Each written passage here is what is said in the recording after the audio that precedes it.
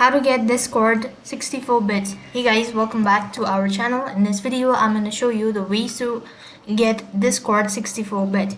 So for that case you have to follow the steps. First thing, you have to go and open up your application or web browser, and when you open up a browser, on the web address bar go and type in discord.com. It's going to take you to the official web page. So basically you can see this is the web version of Discord. Now if you wish to go and download or get the 64-bit, so here you can see there's this option is download for Windows. So in order to download the 64-bit, you can go to the download section from the top, and over here you'll be able to find list of information regarding it. So scroll down a bit and you have this option as download public test build. Go ahead and press on it, and over here you have this Windows 64-bit. So this version will be best if you're using Windows 10 or 11.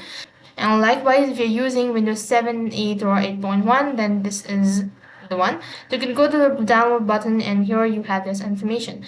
Now if you wish to go ahead and get the Windows 64-bit, go ahead and press on it, and once again you'll have a lot of information and all that, and it's basically how you can get the Discord 64-bit. That is all for this video. I hope the video was helpful.